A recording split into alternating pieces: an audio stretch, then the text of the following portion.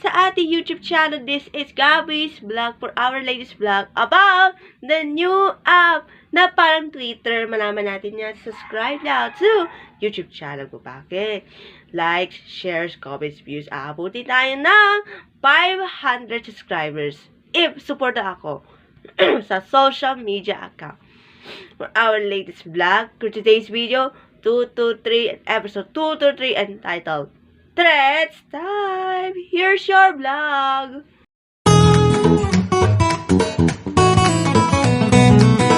Simulan na natin at okay, eto na palawalin na natin yung highlights.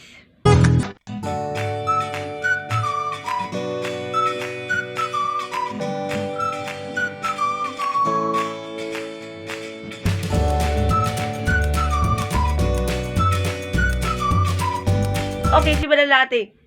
Ang bagong app na parang Twitter sa Meta. Ang bagong Meta app na gaya sinabi ko, Twitter. That's Threads. Nagsimula na po ang Twitter account na Threads last July 6, 2022. Oh, last week yun. Dahil surprisingly, nasa millions, million apps na or 100 million people na nagagamit ng Threads. Kaya, follow me on Threads at Gabriel Imenzo. At syempre, panoorin natin to. Kung may Twitter rival, Threads. Twitter rival na Threads. Ano say mo sa tingin mo kung ano ang poll question? If Twitter ba or Threads? Ang sagot ay Threads kasi may bago app. Nako, Elon Musk, ang problema pala. Kung goodbye na ba ang Twitter?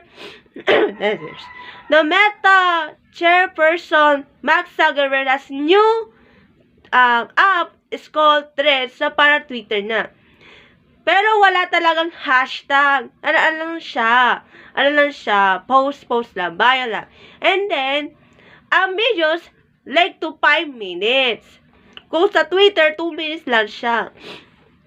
And finally, yung thread, pwede din pictures, pwede din videos, at syempre, kasi wala pa po yung hashtag at the audio. Kaya supportan natin ang Threads account ko at Gabriel Imenzo for more information about that. Ano say mo sa thread? I think okay naman, maganda yung bagong app na Meta, which is Threads. Ang kulang na lang hashtag, wala pang announcement. Kaya, supportan natin yan para meron na ang Threads na hashtag para mag-post na.